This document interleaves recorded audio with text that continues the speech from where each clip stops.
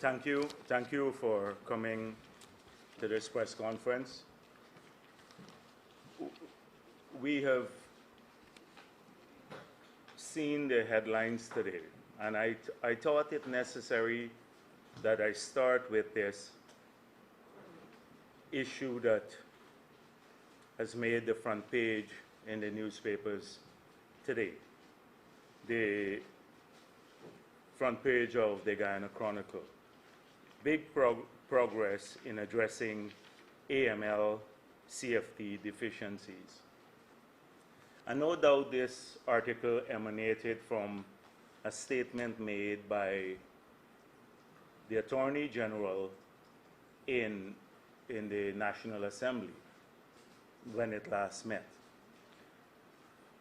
I thought I should speak about it because if we lull ourselves into a sense of false security, then we are going to repeat a lot of the mistakes made by the Attorney General, and we are going to put major sectors of our economy in jeopardy, particularly the economic sectors. We'll give them this false sense of security that everything is going well in this sector. So I want to read the conclusion of that statement made by the Attorney General in the Parliament. He said, Guyana was, however, the last paragraph, Guyana was, however, warned by both the FATF and CFATF to be cognizant of the fact that exiting the third round means that we are now in the fourth round of mutual evaluations, with which comes tremendous challenges. Under the fourth round, countries are assessed for technical compliance with the FATF revised 40 recommendations, as well as the level of effectiveness of its AML CFT system. This therefore means that we still have a lot of work to do. Now, this is not a report on progress. This is an admission that what he said to the country, that we were free and clear, that we were now happy and good with the international community regarding money laundering issues, that it is not so. That there is a fourth round, and the fourth round will have what he calls mutual evaluations. But we are not going to be evaluating FATF or CFATF, because mutual means we are going to look at each other, that there are two parties. We are going to be evaluated. And we may very well find that we are not compliant in applying this act. Having lulled the business community and everyone in the country saying, since we got into office, we made so much progress, we have exited the process, and conveyed the impression that they have exited FATF review. Now there are different rungs of review. You may have exited one. But we could have avoided a lot of this had they supported us right at the beginning, when we made two attempts in the National Assembly to pass recommendations that would have made us compliant at that time, that would not have seen us going through this enhanced scrutiny. So I want to warn the country again. He spoke about how the procedures now, he said, financial institutions in Guyana can now carry out transactions without the hassles and delays they have grown used to due to enhanced scrutiny required as a result of Guyana being on the FATF public document or the CFATF public statement. That's not true. If you go to the banking institutions, and you'll see no change in the review process or the things that you have to do to say open an account or send money abroad or receive money from abroad. And similarly, these institutions have not seen any dramatic, I've spoken to many of the bankers, any dramatic change in their relationship with correspondent banks because of what he said, the progress they have made. So again, that is very misleading. We cannot play games with the future of the financial sector. I've argued that a thriving economy is built on a solid, sound financial system and financial sector. And we run the risk by this, the attempt to score political points, but without giving factual and truthful assessments to people so that they can be addressed. We run the risk of jeopardizing the financial sector. And I had pointed out earlier that this is even worse given the de-risking, the trend towards de-risking across the world, where large institutions in the developed world are cutting correspondent banking relationships with many institutions in the developing world. And the Caribbean faces this. And if that happens and it snowballs out of control, I had spoken about us going back to the Stone Age in terms of the financial sector development and growth. And so I thought it necessary to bring this to your attention and to the country's attention, that his statement in Parliament was not he basically now had to back down from his earlier positions, but he hid all of this in the last paragraph, that we're still under review now, as it stands. Now, the fourth one calls for a lot of things too, in addition to the earlier things. It speaks about going after serious threats to the system.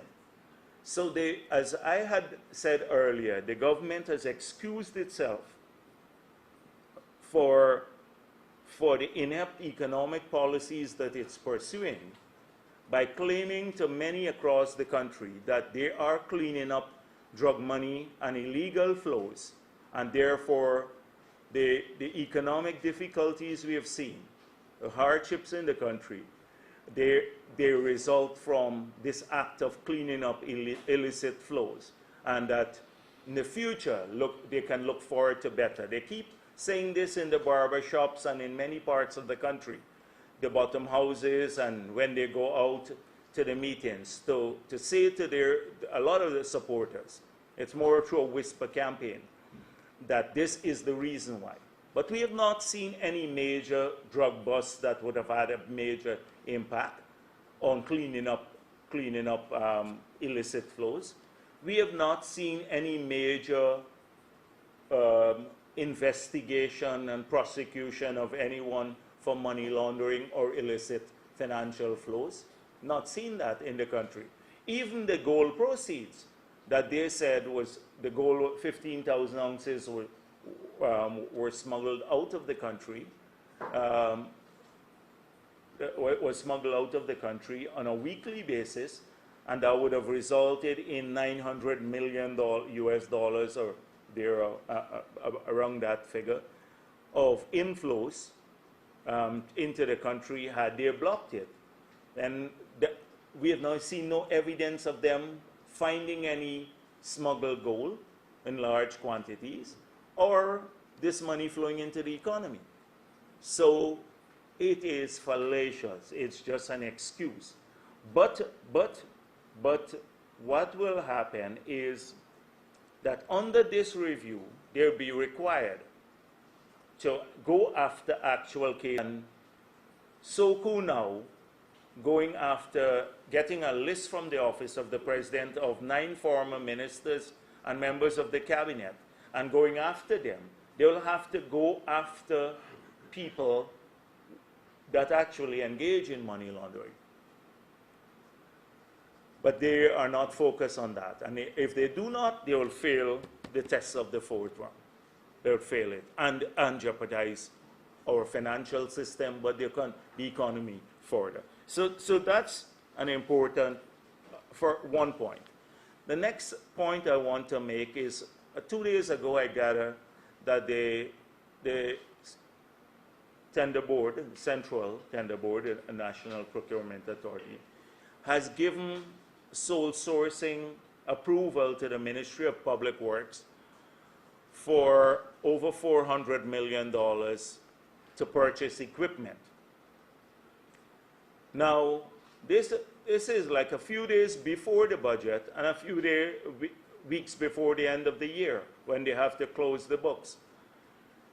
Now, when you sole source, it has to be for a particular purpose.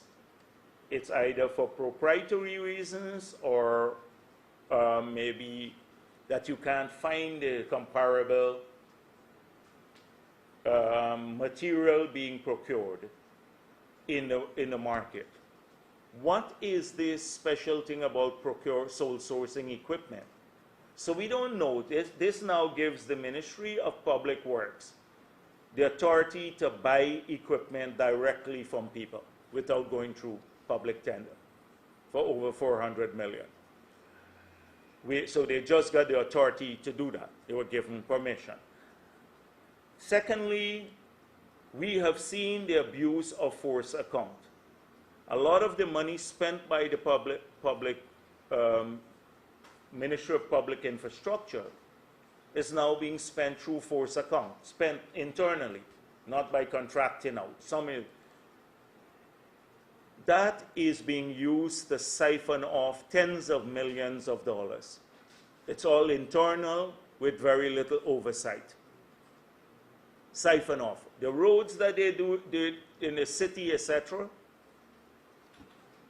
are being done. One time, I don't know if you recall this issue, they were paving the force account, was paving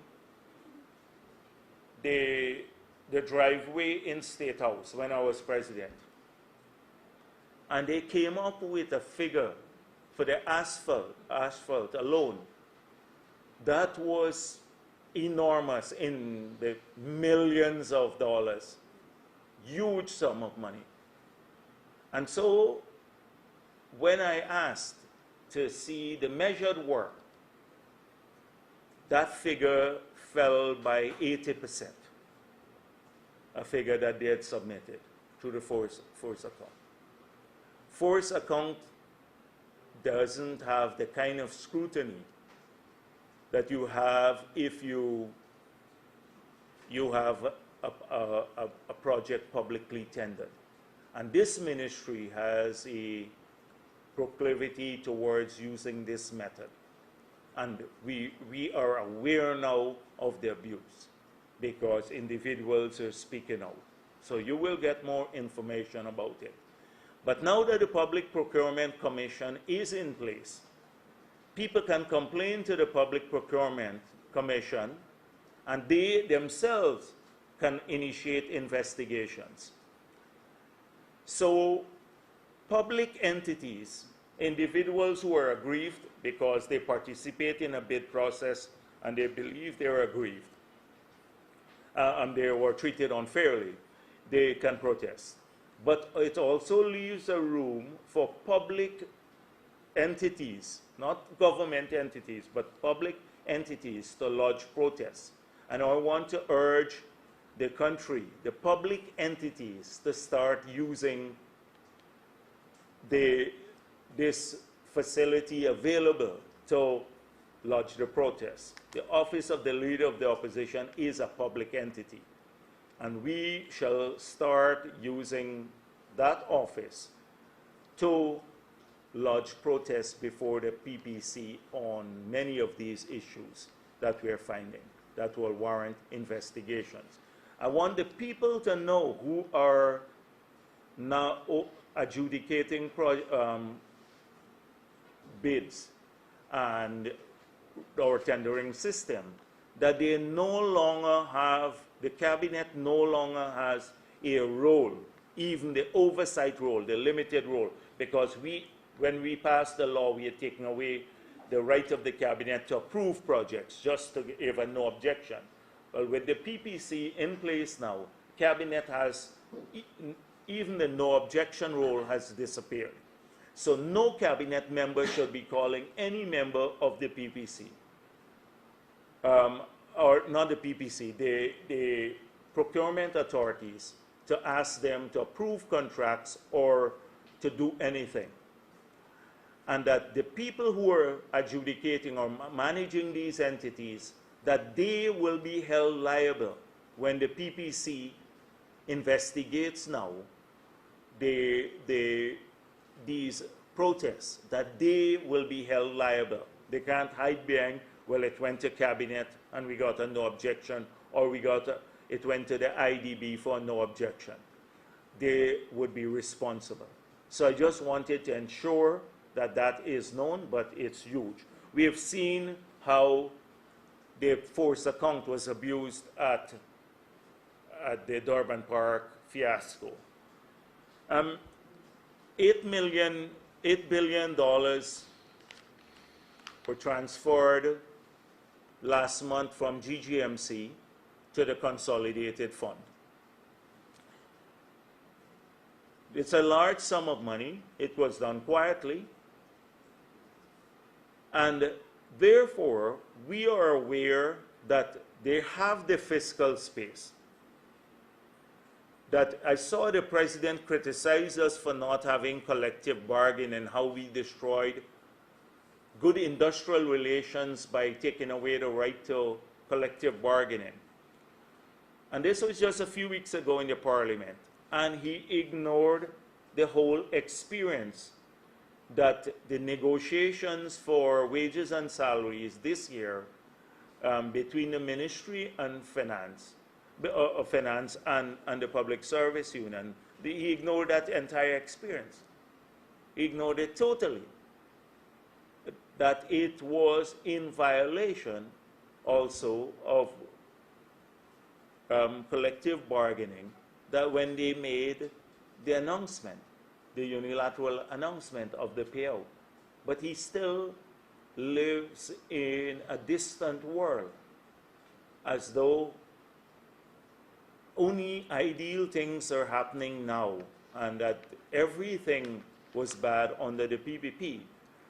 But since they have this fiscal space, I'm urging the Minister of Finance, which will be a big boost to the economy if people have money to spend. It will make a big difference for the holiday season, for the retailers, a whole range of people, to restore the 1 month tax-free bonus that we gave to the discipline services, for the police, the fire, the army, and the prisons. To extend that 1 month bonus, since they have not, the public servants didn't get what was promised. It was between 1% and 10% on a sliding scale. To extend the bonus to the public servants. That they can, since they have the fiscal space now, to pay the sugar workers even 5%, not what the 25% that they promised before elections, but 5% now and 5% for last year. Not even tax-free, but to pay them the wages, because they do have the fiscal space.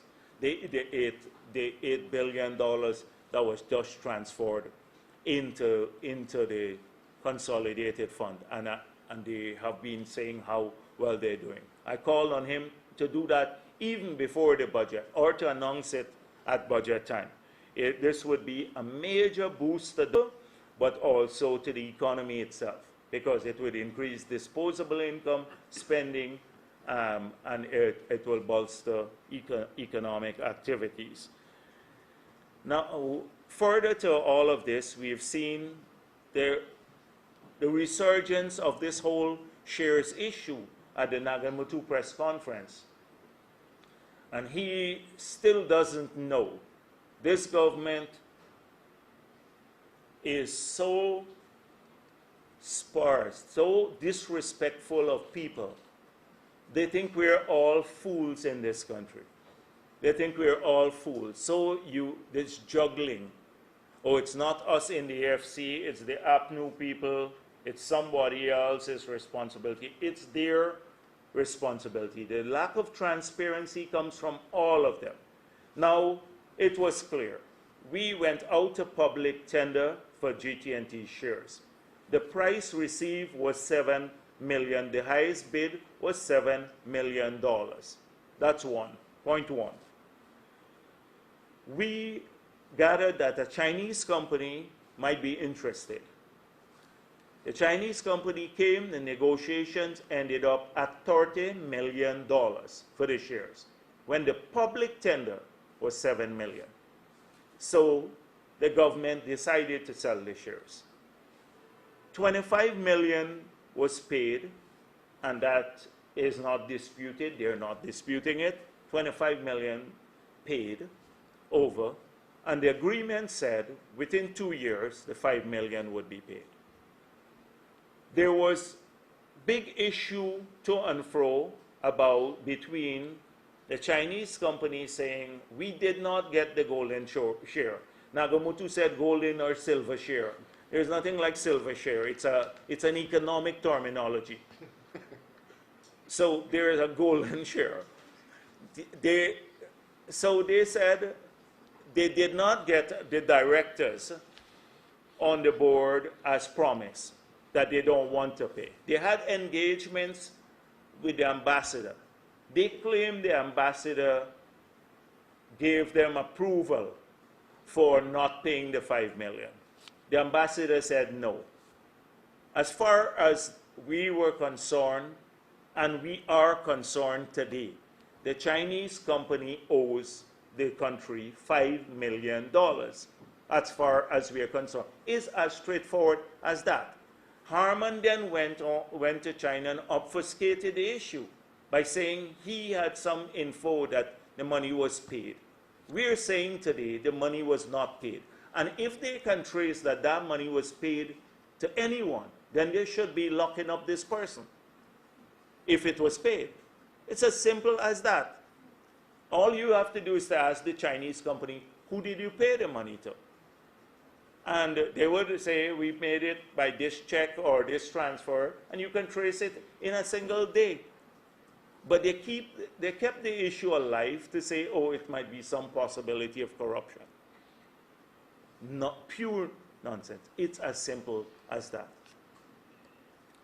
The other issues, the city council and garbage. We have seen now the city asking for a bailout. I want to recall press conferences I've had over a year ago when I said that if the cleanup is good, and I supported the cleanup, but it had to be transparently done, and we wanted to know the source of the money. We found out that the city was financing the cleaning up, but there were no tenders. We believe, but we don't have details until now, but we believe, based on information we're getting from sources, that about $800 million were spent.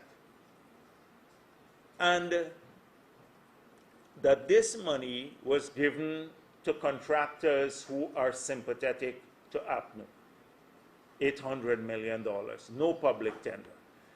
But the financing of this was done from arrears collection, from money owed to the city, which they got through some announced amnesty. The process of negotiation itself to settle the arrears with individuals was not transparent, but let's leave that aside for a moment. I argued, if you are going to use your arrears to clean up the city, What will happen when you can't collect arrears anymore because the arrears have disappeared? How can you sustain it from current revenue? And everyone, we didn't pay attention to it. Well, now the city is in a mess again. And it will even get worse because they can't collect the garbage. They have no money to collect garbage now. So where is this single big initiative of APNU that they made the place, look how we made the place so clean. And, you know, the city has changed after just a short period of APNU in government. They've gone silent on that. It's either they give now the city council the money to continue cleaning up, or they claim falsely that they did something that they never did. And frankly speaking, that was the only thing that that's the only thing that many people believe they did well when they got into office. But it has, as predicted, now gone back to zero. And this spurious claim that they cannot deal with the metering contract, the contract to install meters in the city, parking meters, is disingenuous. Because they have the majority of councillors. APNU has the majority of councillors on the city council. All they have to say to their councillors, like we said to councillors, you were campaigning on a platform not to raise taxes in any of the NDCs, and we are not in favor of raising any rates and taxes across this country. And our NDCs, when we campaign for local government elections, we made that clear. Things are already too difficult for people to now have to face increased taxes, rates and taxes. So we are opposed to that. But they can easily kill this parking meter contract or have it adjusted. And it is atrocious from all that we've seen. It will enslave the city and its residents. It will cause business to divert from the city significantly. It will enrich a few individuals. This contract is bad. And we were going to debate it, and we've seen the fancy footworks again that is so now apparent with this government, that every time a contentious issue comes up that they can't confront and we move it to the parliament or somewhere where we can expose it, you put a whole pile of stumbling blocks in our way so that we can't expose the corruption and the inefficiencies. So the parking meter contract now cannot be debated in Parliament because we wanted to expose in a full debate what is taking place there and raise our objections to it. The same way that we have done with the project, the Durban Park project. And really, now that you have seen the probing, what we have done in Parliament, the sort of probing, the media should be doing this. In a country where you have the free press, they should really be probing this issue. So after such a long period where we put statements, we ask questions in Parliament, and they have made not answering a virtue. They have made not answering questions in Parliament or obfuscation or dealing with, dilatory tactics are all now a virtue. They laugh in Parliament when we ask questions and a minister avoids the questions. Questions about transparency, there will be a collective laughter on their side, and they would say, our time now, or you see the body language. Oh, we have them on this. It happened with the bond, and it happened again with this the Durban Park project. Look at the presentations, and I want to urge Guyanese, because they always do this. They come and make long, anytime we have opposition day or our business is being conducted, they force it late into the night by bringing a whole pile of extraneous issues, minister statements, long statements. It's supposed to be short policy statements by ministers. They're abusing now statements by ministers. If you look at the standing order, it says either emergency or short policy or policy statements. They're using statements by ministers now to talk about their work program, abusing it because they use up a lot of time and then shift the debate late into the night when people can't listen to them. I want to urge Guyanese to stay up on what some of these debates. And you will see when we ask questions about how much money was collected, who was it collected from, how is the money accounted for, how was it spent, has it entered the asset register of the state, what about you telling us that there were no public funds? All of these issues, they never dealt with those issues. We hear from Cathy Hughes and so many others, oh, this is a wonderful project, it's beneficial to the country. It would make us into a first world country. The point, and then criticizing the PPP, you spent $45 million on filling up the site. You recall in Parliament, they named the contractor who filled it up. And that was one presentation made, that we wasted money there, $45 million, filling up the site, and that now it's a jungle. 11 years ago we did that. And the virtue, they don't see again how that they were making a statement on the PPP, on PPP stewardship by saying that. They thought it was a corrupt act, that they were exposing it. And some of our colleagues in Parliament pointed out, in 2 months, maybe 4 months ago, you completed that project, and we don't have figures for it. 11 years ago, the PPP spent $45 million there, and you can find in public records now the tender process and how much we spent and who the contractor was. We can't now, we don't know now, after 2 months of spending $1 billion, we think, there, not 45, $1 billion, who were the contractors, how much they were paid, through what process.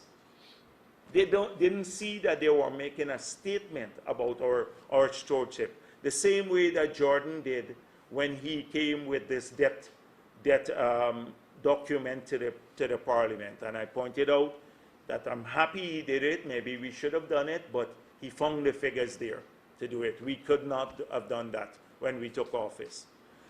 And so this is vital, what has happened there.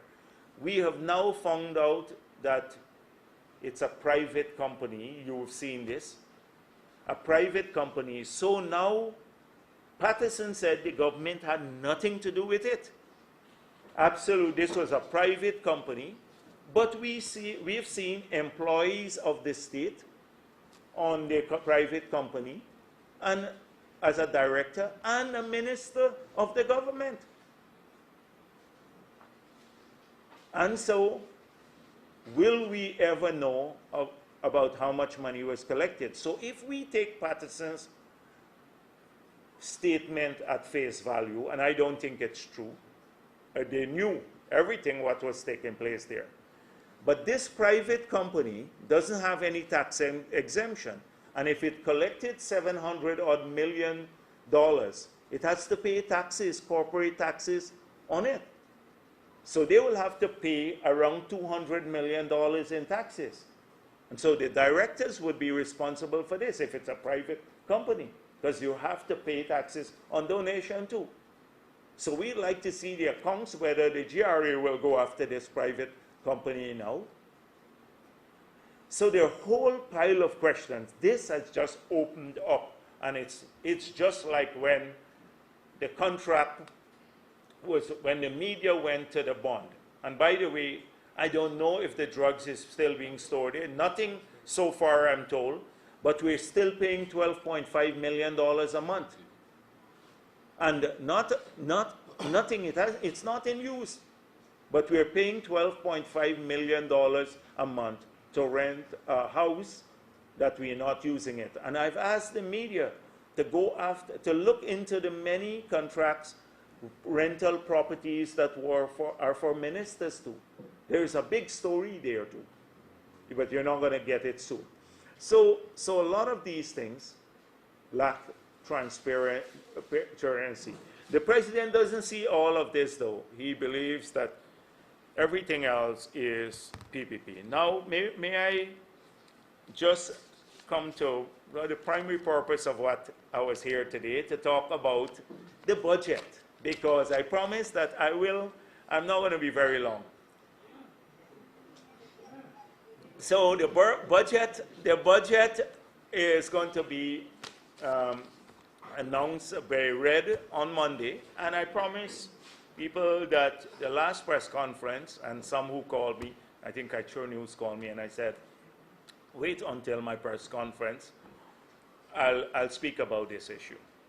And so we wish the Minister of Finance well, and we hope that the budget will address or put in place measures to address the problems of our society that will enhance social welfare, increase public safety, and improve livelihoods.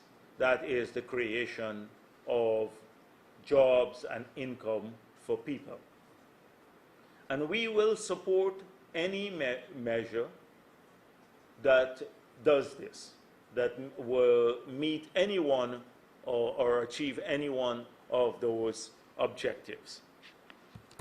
But the framework for the budget, I believe, has already been established. And the media should not be in any suspense about what to expect. Because the president, in his speech to the National Assembly, defined the framework for the budget. And so we are hoping that what he said in his speech will be further elaborated on in the budget, and that we will see concrete, specific measures, policies, programs, projects to give effect to those objectives that he outlined. So the president said they have a green agenda, and we expect that that the green agenda is the overriding framework within which his government will pursue national development. He's gone further to call it a green state. So that's good. Now, in this budget, if you announce that as your objective, we must see how you're going to achieve that. And so the president, first of all, said Iwokrama will be the site from the next financial year for the establishment of an International Institute for Biodiversity. Now, I had pointed out that this was a project that we had written about and is part of our LCDS program. We had discussed it with Norway. We are far advanced in implementing it, so I wish them well. But unless we see concrete financial allocations for this, then what the president has said, basically the minister will now give expression to what the president has promised. He said in the next financial year, that is 2017 financial year. So I expect that to happen. He said that they will start the process of reclaiming mined out areas in the country.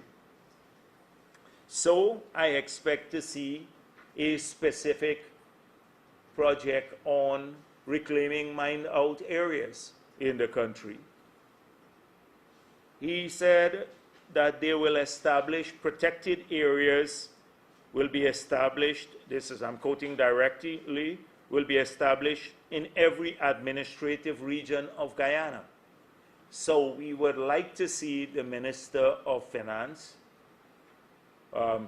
consistent with the promise of the President, he would have to tell us in his budget what areas in the country, in all the 10 administrative regions, are identified as protected areas, and how much money he would put in the budget to give effect to that. We have seen the promise of renewable energy by 2025, 100%.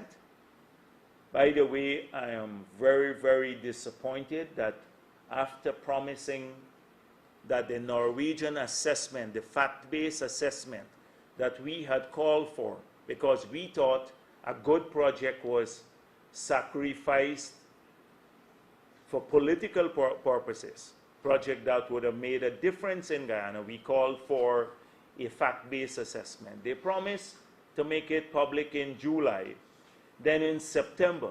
Now we are hearing January. Now, from our understanding, the assessment has been done, and the government may very well be in receipt of this assessment. Maybe they're not happy with the findings. And so why wait until January? Why not allow it to come out now? But tomorrow I will issue a comprehensive statement on a MILA. So today I'm not going to deal with this too much. But we expect some initiative to start in this budget regarding concrete steps to achieve renewable energy. And it cannot be the Lloyd Singh project. Cannot be the Lloyd Singh project, because that's a ripoff.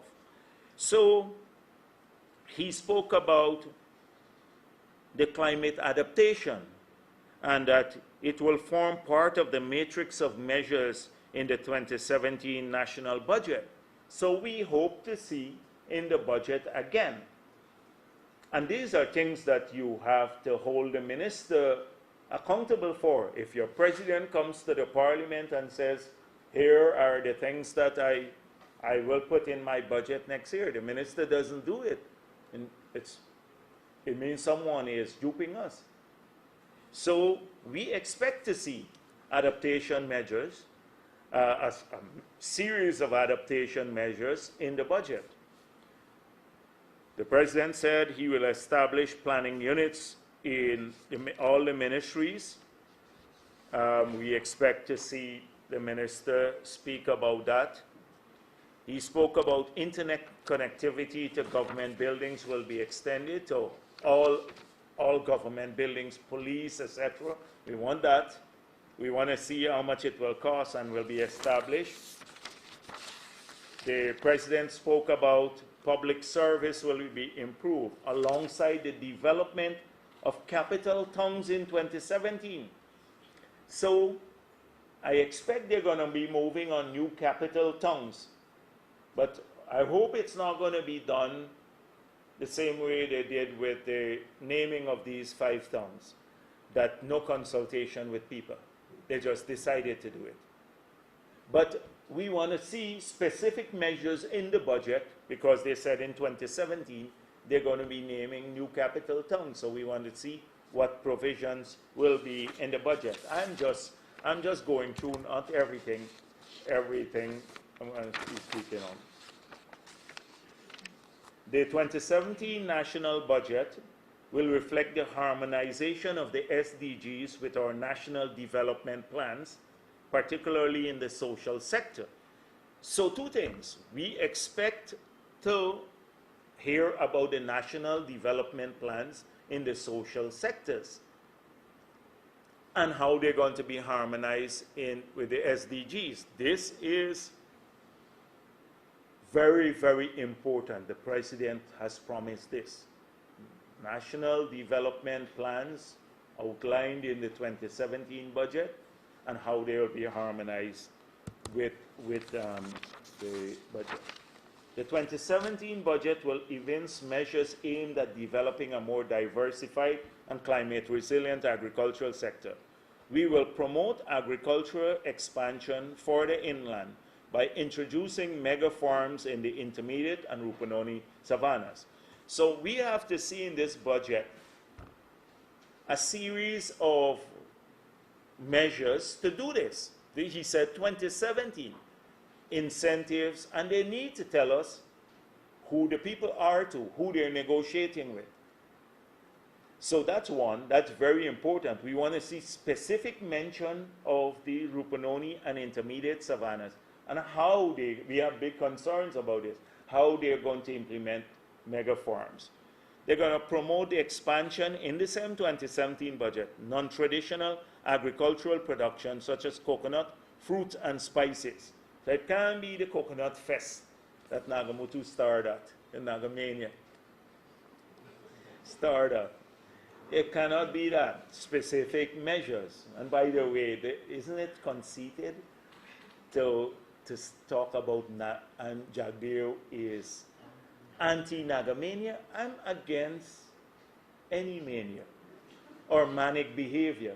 So Nagamutu is conceding that he exhibits manic behavior and that I'm against it, and he's right.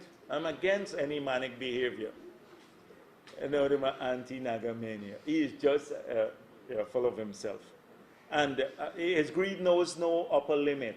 You know, he secured his pension already through the 7/8, but he wants to latch on to this Hamilton Green thing now to get the maid and the security and everything else. God, his greed knows no limit. Anyhow, let me come back to this. Promote the increase of aromatic rice production, etc. So the president has promised a lot of things in his speech that will be in the 2017 budget.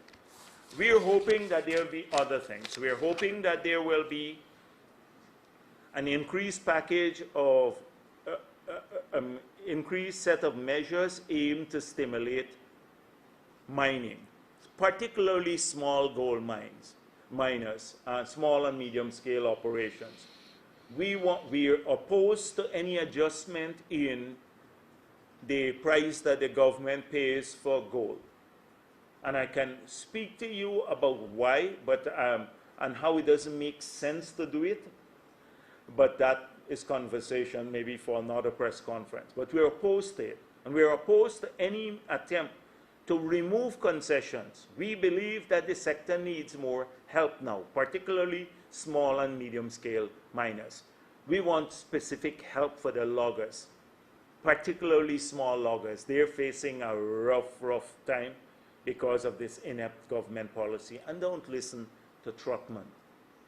Don't listen to Trotman. As I said at the last meeting, he's confusing climate objectives and climate payments, that the sale of carbon services with production. They don't conflict with each other in Guyana's case and under the Norwegian agreement. I'm not dealing with him now. We are in favor of that. We're in favor of the help to the sugar industry. We want a clearly defined plan for how the government intends to move forward with the sugar industry. It cannot be by the head of Gaisuko giving an interview with Kaichor News or sniping, etc. The government is yet to clearly lay out how it plans to move with the industry. What are they going to, what are their plans? Do they plan to close factories? Do they plan to privatize factories? Do they plan to scale down production? If they're diversifying, what are they going to diversify into? Who have done the studies? Whether these things are economically viable? What do they What will they do about the social consequences, etc.? We're yet to hear all of this. We're hoping that the budget will bring clarity. But let me tell you what is happening. And Skeldon, we've heard a lot of talk. This government and some elements of the government, like we've seen pockets with what's happened with the Bond Gate and now the Durban Park Gate. Whatever you call it, that's not a gate. Well, that might be a gate. If you need a better word for that, fiasco, scandal. That pockets of people are negotiating private deals. So, at least 2 ministers and some government officials have visited a particular major sugar company abroad to get them interested in taking over, in fact, been talking to them about taking over Skeldon, buying Skeldon. They've even started talking price. We are, from information that we have, is that if the company gets it at that price, they will be huge beneficiaries of private arrangements. And we need to watch this, that the government may very well have identified individuals or to take over these things, or companies that will be generous to them. And the same thing at Wales. We heard a few big people will get most of these contracts and stuff. Are they going to tender for the civil works when they've taken the money from GRDB, the rice farmers' money that we left to fund the diversification there in Wales? So a lot of needs to come. The minister needs to be clear in the budget about the things I mentioned, about Gaisuku, where they're going. It's large enough. He needs to also be clear in the budget because all of the settlements the president spoke about, have had an impact on fiscal space, either through increased expenditure. So if he claimed that we left these settlements that they have to pay out, which we've dealt with already adequately to show how they're working deals there too, then it is increased expenditure. And then the DDL matter and some others will affect revenue and future revenue. So they all impact on budget. He can't say that they don't impact on fiscal space. So he needs to explain in the budget the principles guiding those settlements. We want the $10,000 that the children had restored. We want the water subsidies restored to pensioners. These are just a few of the things, our expectations of the budget at this stage. I speak more about it when the budget is presented. Thank you. Okay, there are the statement. Who will be the first to ask question? You have. Okay. All right, let's take from this. Vanessa and then going down. Vanessa, yes. Vanessa Ryan, Citizen Report. Your comments on calls, you reference promises made by the president as well as what you expect in budget 2017. The private sector only earlier today made calls of their own. What is your position on their call for a reduction of corporation taxes by 20%, income tax 20%? They want the threshold removed to $100,000. They want a relief on rice farmers who have loans, given the current state of the economy, and some other some other issues. There are a lot of those things have to be assessed in terms of fiscal sustainability. And so I can't endorse any call with specific call, like a particular rate reduction, without having an opportunity to study it. We studied the VAT, and that's why we argued that we will expand. There's a list of items more that poor people and others use most. And we will zero rate those items. And we went against the IMF that recommended that it should be across the board. So we did not put VAT on educational services. We didn't put VAT on medical services. We zero-rated a lot of items, although the study said that we should implement it across the board. We kept it at 16%, but we exempt those sectors. This government promised that it will reduce it to 12%. It has not done so. But we didn't argue for that in our campaign. In fact, maybe Jordan should check our manifesto, and maybe he can take some ideas from there too. The manifesto laid out a lot of the things that we wanted to do. And so I cannot endorse any specific call. And we did have huge economic growth and wealth creation in periods when they didn't alter the taxes were the same. So it's not just the taxes that are acting as a disincentive. It is this government's, I think it has gone lost on the way. It's doing things that sound popular, but there is no pattern to its behavior, particularly in the economy. I'm talking about the economy. And you need a pattern, predictability. Predictability is almost an economic variable, although people don't think. If people factor that into when they look at the equation, whether to invest, etc., they factor in, although it's an intangible, predictability. And the country has lost that because people do things haphazardly and in a manner that is often inimical to the main objective, which is growing the country and creating more wealth for people. So this is my view. Yes. All right. Well, let's take Yes. one on Yes. both sides. All right. You'll all get in. I'm not rushing. Go. Sir, I want to take you back with you to the GTG share. You said after the public process that returned a $7 million Yeah. and you gathered that the Chinese company was interested. Yeah. There was negotiation on the $30 million agreement. Yeah. Can you say if that negotiation process occurred in China, occurred in Guyana? Who were the persons involved in that process? Everything was led by NISIL.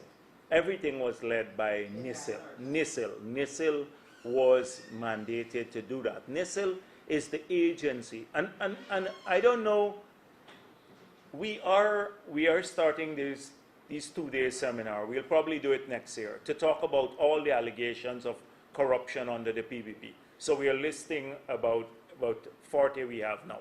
And so we'll have a public seminar, 2 days, to talk about them, and maybe people will listen.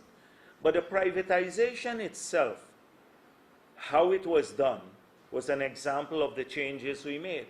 You had 5 entities doing privatization before we took office. Public Corporation, Secretariat, Office of the President, State Planning, Secretariat, Ministry of Finance, a whole range of agencies. We said there should be one. We stopped it. We took a white paper to the Parliament. We said there would be a unit, and then there shall be a board. And on this board, you'd have 3 ministers, I think.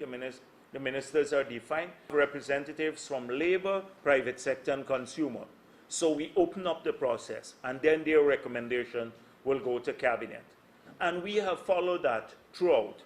So the unit that is tasked with privatizing anything is not Office of the President. It is the privatization unit. And the shares were privatized by the privatization unit. They led the negotiations throughout. So I don't know physically. I'm sure some of the negotiations took place here and some maybe in China. But wherever the negotiations were, look at the merit of the issue. From a public tender of $70 million. If we had sold it at the public tender, nobody could have blamed us because that's what the public tender put up. But we were not satisfied. We thought the shares were worth more. So there was this move to try to locate people. So that is quite clear. It is NISIL that was in charge. The reason I was asking the location is because I understand the Chinese never actually came to Guyana and never actually looked at GTG's books. Apart from that, golden share that you mentioned, could you say if this was in the original agreement? And you mentioned that the Chinese company Let me, I don't want to get into golden and silver shares now. Let me just say one thing. What is the position today? That is the big dispute. Was this $5 million, the outstanding $5 million? What's the PPP's position on it? The PPP's position is that it is owed to the country and that this government should take steps to recover it. Harman then said it was paid already and it was paid to someone. That's the crux of the issue. That's the crux of the issue. It was not paid to anyone.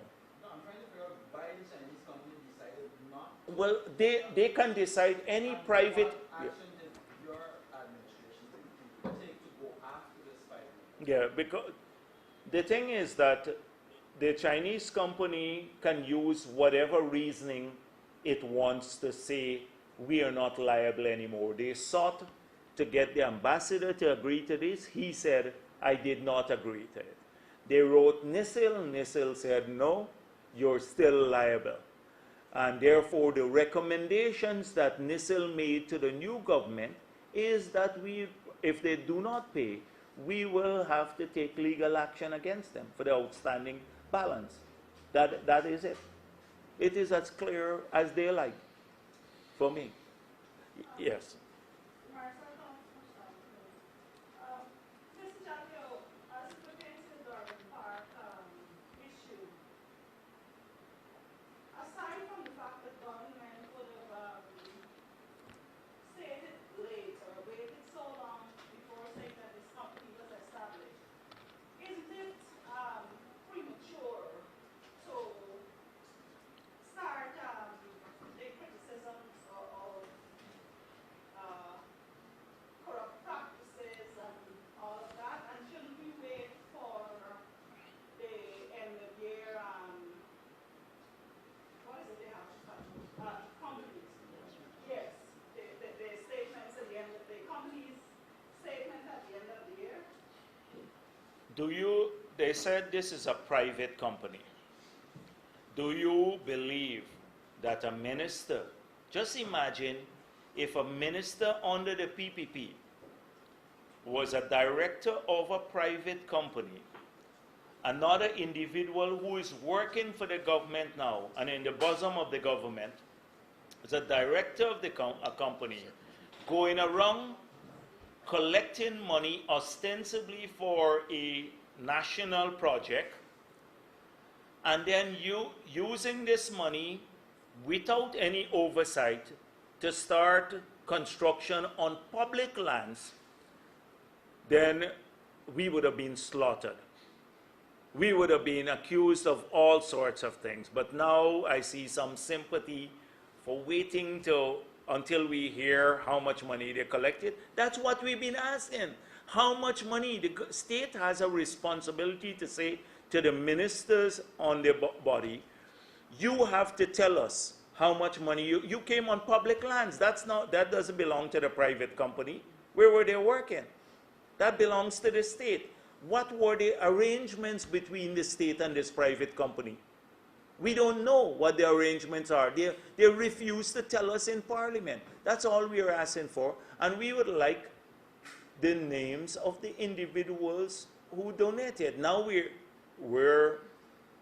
it's a private company, they don't have to tell us this, but are we saying in this era it's okay for ministers to be on companies, private companies that are collecting money from people for national projects and that they don't have to account for it? Rupert Rupnerang sat in the Parliament, didn't say a word. Didn't say a word when Ann Patterson did not mention his name. He knew about the other directors, but why didn't he mention it? Doesn't that tell you something about Patterson too? Doesn't it tell you that he was trying to mislead the country again? This is the problem. They will not, had they come clean right at the beginning and answered the question, then maybe people, what you're saying could have been pursued. We have to fight them. In fact, the media should have been doing this. We raised this several times. I sat here and spoke about this press conference a year back. I spoke about how they were using Soku to get people to donate. How they were using Soku, getting a call. You all better don't, boy, you better give us the 15 million, or Soku, you get a visit from Soku. I said this right here. But of course, it's not PPP. But when you have a comparison of special purpose vehicle, in this case, that company being similar to what you would have established AHI, how do you? Oh, special purpose company, but the special purpose company there, AHI, that company is state-owned. It's state-owned. We never denied that it's state-owned. We never went to the National Assembly and said, this one is not owned by the state. It's a special purpose company for a particular project. But it is 100% owned by the state. Its accounts are going to be audited by the Auditor General, can be audited by the Auditor General, or whoever he determines. He can say, I want to audit it. If it's a private company, then that's different. Totally different things. This is a transaction that is, I don't even imagine. And I saw Patterson get up and said, oh, Jagdeo give buddies money. Remember, in Parliament, he was saying, he was heckling there, because he didn't have anything. He switched it from their corruption to Jagdeo. Let me say that if you look at that, and so I'm bringing up all the allegations because, as I said, in this era, we're going to talk about all they said.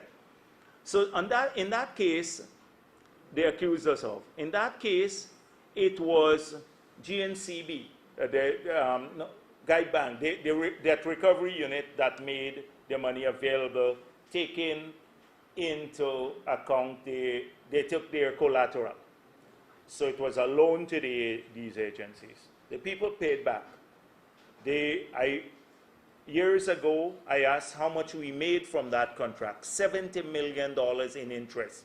It was at a huge interest rate.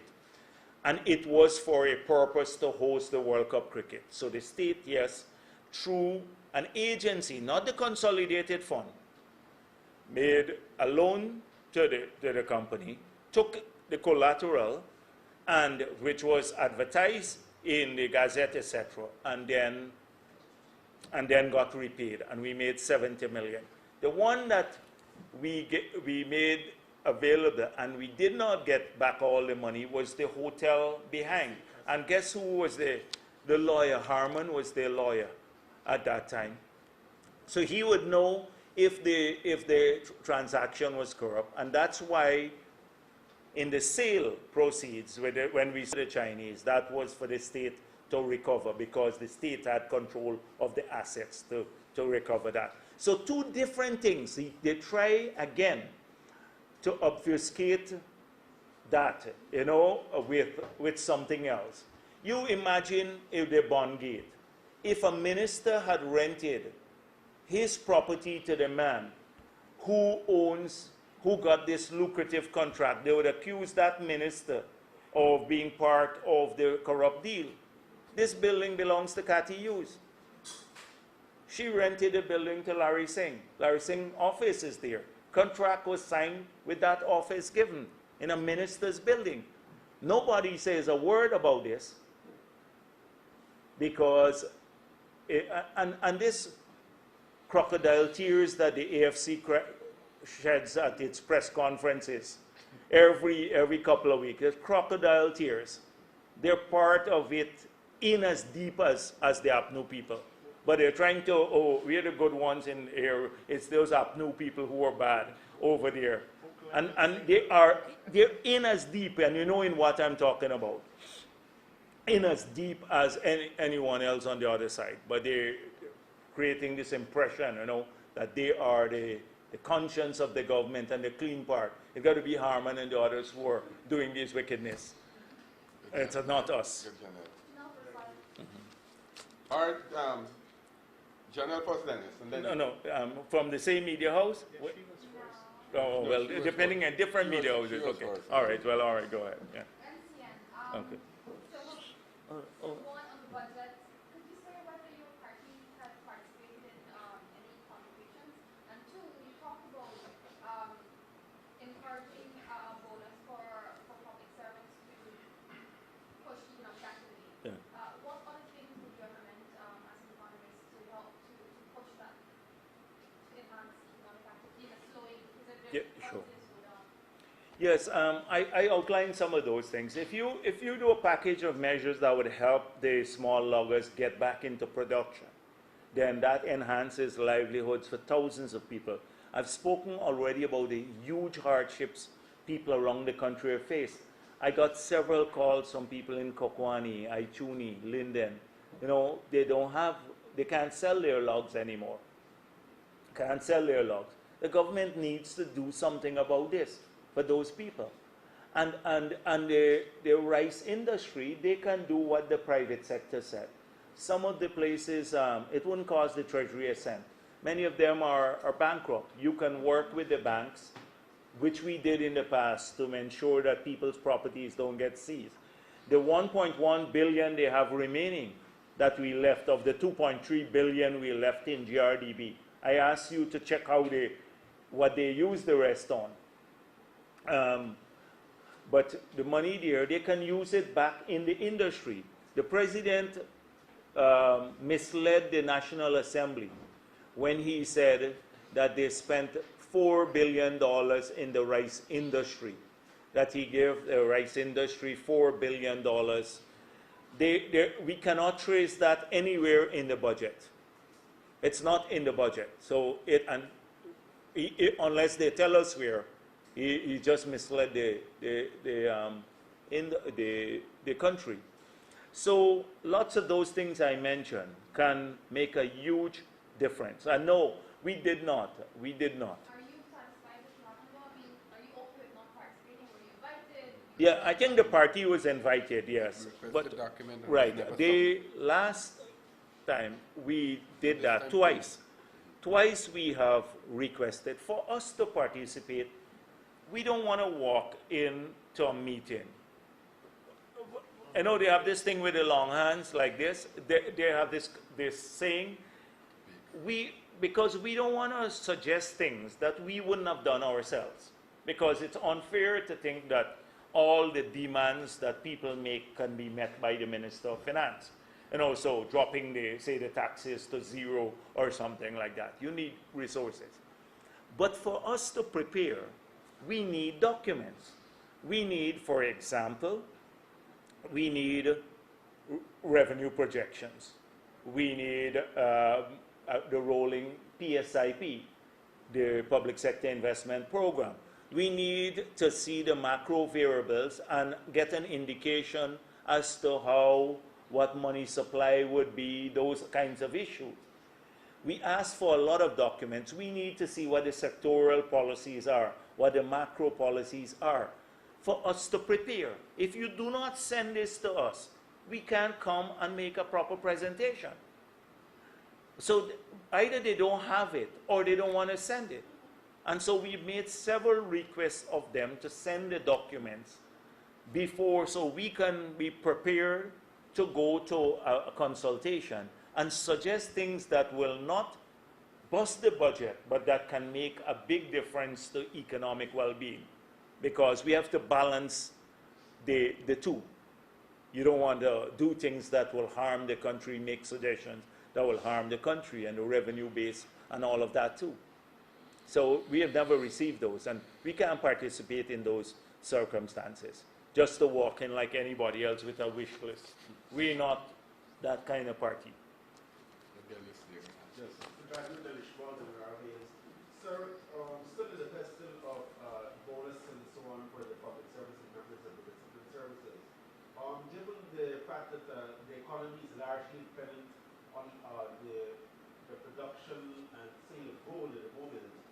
how do you see this being balanced out with avoiding inflation, for instance, if you were to just spend a lot of money, put a lot of money into the system for bonuses? My second question is, would you say... Dennis, let me deal with that, then you come back first, because I don't want to forget it. All Right? The government has been tightening money supply. So money supply, the $8 billion withdrawn from GGMC would tighten money supply. So that goes fighting inflation. That could tighten the money supply. But is our problem inflationary pressure now or growth? The problem is growth and expansion of economic activities. That's where the issue is. And so even you look at the IMF and the others, they have moved away from contractionary regimes to arguing that countries that have the fiscal space, that they should be spending more. Because when you look across the world, it has been a slight uptick of inflationary pressures, but it's mainly has been very low rates of inflation. In fact, 2 years ago, when the minister presented his budget last year, he argued that we had deflation in the economy the year before, not inflation. So you have to identify at this point in time, because often it's a trade-off, what is the economic imperative today? It is about expansion and job creation. And the inflationary pressures are not that great. So you have to have a conducive regime, both a fiscal and a monetary regime for that purpose. The government is not doing it. Now, let's look at also inflationary pressures in terms of foreign currency earning for the exchange rate to slide. The government would probably save close to $250, $300 million in terms of expenditure by lower fuel prices per annum. I'm talking about per annum. So that the demand for foreign currency to import fuel has dropped significantly. The demand for foreign currency for economic activities, buying intermediate goods, etc., has dropped. So if that had not happened, if those two things didn't happen, then you've probably seen that even with the economic growth by the two oil companies, because not the oil companies, the gold companies, because as I pointed out, they operate in an enclavic way, so not all the proceeds flow back to the economy, then you would have already seen more pressure on the exchange rate, significantly more pressure on the exchange rate. So that is why I'm saying that you can do these things without it being inflationary. My second question, sir, is and related to the action group, and then I move on to the other question. Yeah. Are you making this pitch really to seek some political sympathy from persons who traditionally are not supported in your party? If we get the political sympathy, that's. But if we get it, and who would not want political sympathy? But are you making the pitch for that? No, because I'm concerned about the economy. But I would like, we have a political party. We're the opposition. We want political sympathies. Okay, and That's an obvious thing. how soon will you be sending over the nominees for the position of Chief of Chairman? Okay, I have, since I received the letter from the president, I think two days ago, we've initiated a process that will see us consulting widely with civil society beginning next week. I think it's Tuesday and Wednesday. So broad-based civil society consultations. And we will get large numbers of names. Already we have had people individually since we've been talking about it, writing me, and you have tens of names already being submitted by individuals and stuff. So we'd have large numbers of names coming. At the end of the day, we'll have to narrow those down to 6. But we will start the consultations with civil society.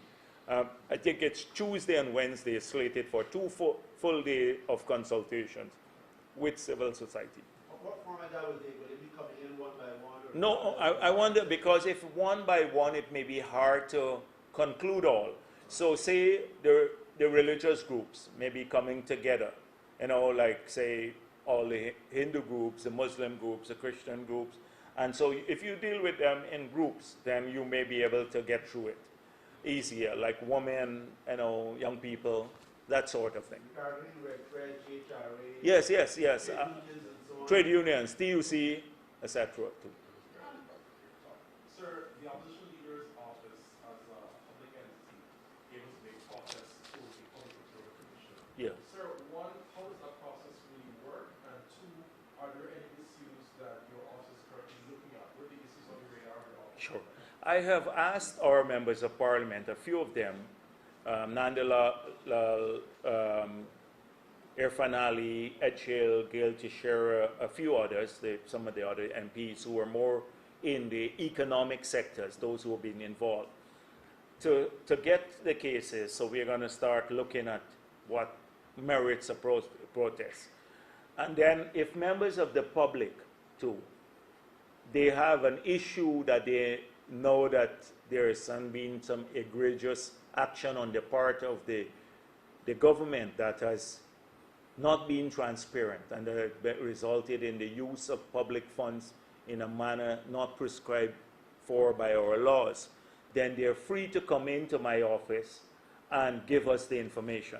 And then I can send a letter to the Public Procurement Commission. But sir, will you give a commitment to the people that your office will not politicize those issues once it has come to you? Yeah, no, definitely not. If it is, if I warrant that it has merit, because the only thing is about transparency. And but remember, we are not the office for only the leader of the opposition office. Sometimes in our discussions and maybe in the debates and the heat of the debate, the impression is conveyed that we are representing 50% of the population. We're not. We're representing the whole population. We're representing all the people of this country too, just like the government is doing. And so that's our role as opposition. If we don't do that, then we're not a good opposition. If we only represent a few people, or only our supporters. Yes, no, new persons first, and then we'll come back to the second round. I don't want to have a kite show news repeat. Yes. All right. Okay. Two questions, sir. One on Gaisuku. One of the concerns people have is possible loss of jobs, right? With one of the recommendations to save the industry is through diversification. Do you see going that route would result in a loss of jobs because some of these projects are not as labor intensive as sugar? Yeah. And secondly, this after what you spoke about, but this GPL project, it's been like more than 9 months and no person, no bidder has been named to have won it. Could you say if such a project warrants this lengthy delay? Yeah. Two questions. We're just in the whole issue about what the government will do in relation to the sugar sector is shrouded in secrecy. We get snippets of the thinking of the government from interviews and occasional public statements and press conferences. But we're not sure about what the decisions will be, or if decisions have been made. But what we hear from these individuals who should be in the know causes a lot of worry, not just to us as opposition, but to people who rely on these sectors for a livelihood, or this sector for a livelihood, and not just this sector, because if you take sugar down in Berbice, it will affect people from New Amsterdam, from Mara, all the way to Carbon Creek, including New Amsterdam. Yes, everywhere, and the same thing like West Dem. So because the disposable income will shrink and everyone will be affected. So this is worrisome. And that's why we hear about diversification. I heard, by the way, they recruited someone, very expensive consultant, to come in and look at diversification at Wheels. We don't know because we have not seen any report. At one stage, a minister said in Parliament, we will do a study. Then next week we hear they have announced already they're going to do rice. We have not seen whether their study recommended this or whether there was a study and what's the economics surrounding the rice and whether it will make sense. And definitely what you said, it's not going to be a job labor intensive as the other activities. So what will be done to provide for, excess labor in that area? So a lot of this, you don't have clarity. And so people can't plan their futures. And it's creating a lot of turmoil in the minds of people in the sugar industry and elsewhere in the country as a whole. Because trust me, if you don't deal with sugar properly, it would affect the entire economy because of its impact. And I think even they recognize that, but the vindictive thing, like Nagamoto and the others saying, oh, it's throwing. They've earned what they had. They would never go back to the same people among which they campaigned in Berbice, Ramjatan and the others, and made all these promises. They will never visit those communities again. They can't, because they're just embarrassed to go. Because nothing that they said to people, they've fulfilled.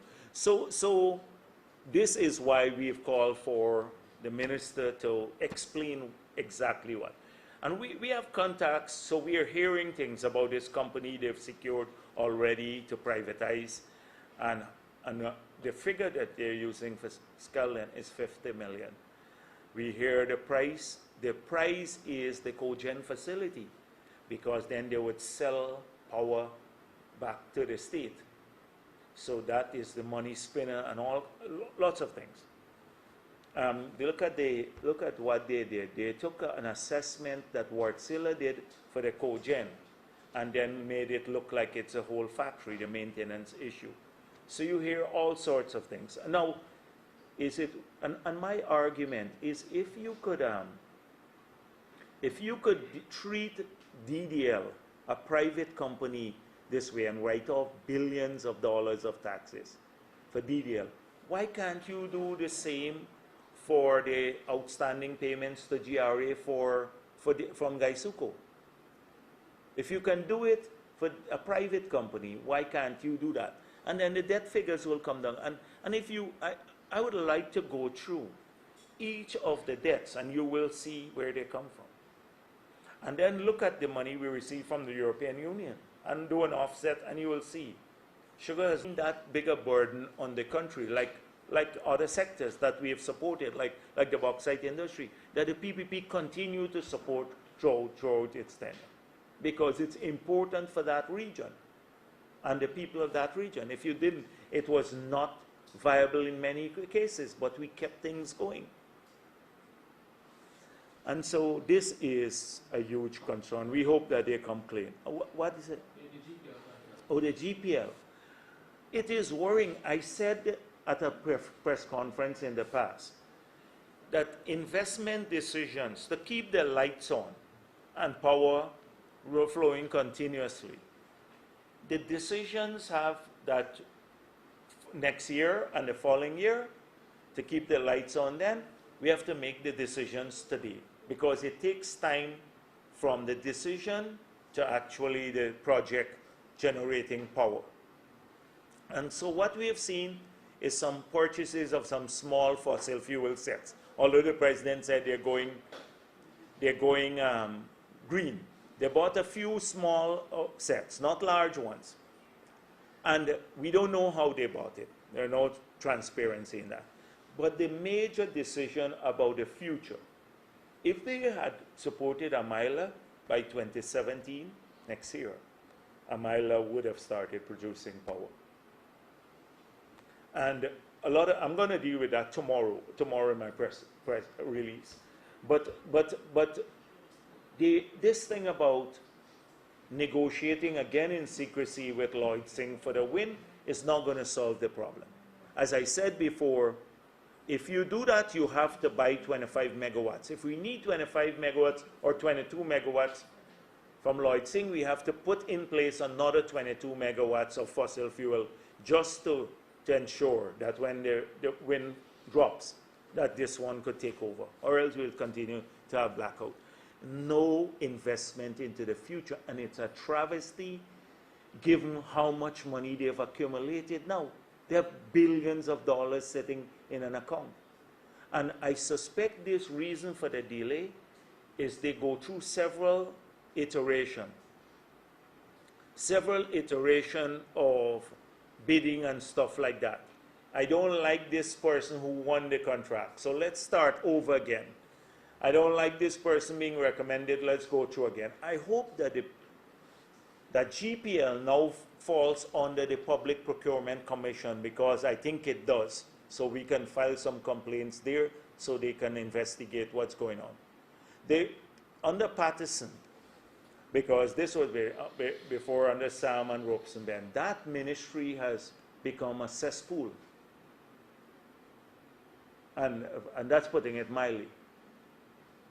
And so there are several of those. It's, to answer your point, it's unacceptable. Unacceptable. Sir, what is the opposition's next step on the Durban Park fiasco? On Durban Park fiasco. I was hoping that you would tell me what the media would do. So I'm hoping that you will ask a few questions about, would you do an interview with Rupert Roopnarine? Because Rupert Roopnarine should be asked about this, that how is it that Patterson said in Parliament, so here are a couple of questions that you may ask. How is it that your colleague in Parliament said that this is a private company and it has nothing to do with the government? You're a director. Are you a beneficiary? You know, how did you become a director? Are you a beneficiary of the donations that you receive? Would you care to make public how much money you collected? And have these been entered into your the account of the company? And will you be submitting, you know, these accounts for auditing? And that's it. And did you inform the cabinet at any time that you are a member of this committee? And if you did not, don't you think you should be terminated? These are questions simple. I can give you lots more. I can give you, and also here are a few questions. So that's one. What will you in your party? No. Can you, then some questions to Patterson. Did you not mislead? You don't want me to give you questions? Because I think you throw these softball at these guys, you know, long hop. And they just, at the press conferences, you know, they come and Nagamoto talks about himself and nobody challenges him, you know. And then Harman and the others give some vague entrapment, some vague meandering, this sultry adventure through, and then the media goes along with it. It's time to ask some tough questions. Sir, is there any sentiment that Mr. Patterson might have misled the National Assembly? Yes, I just said that. Is there grounds for taking that we will be examining that. Yeah. They're very, very likely that will happen. That is your party step, sir. That is. Thank you for advising us. Thank you for advising us, but we're examining it because we're trying to establish whether this is actually a private company or it was a state company. And so if it was a private company, then there may be no grounds to take him before select committee. But if it had some involvement with the state, then there are grounds to do that. Oh, sorry. Oh, go ahead, sir. No, go ahead. I Go. wanted to ask you about the licensing, minus relevant manufacturing. Okay. I wanted to ask you about the licensing project, the wind farm project. Did Mr. Singh approach the PPP during this time and what was the outcome of that? Yeah. There is a whole history to this project. It started almost about over 10 years ago. And it started with an MOU about the Hope Estate, etc. The developers were not Lloyd Singh.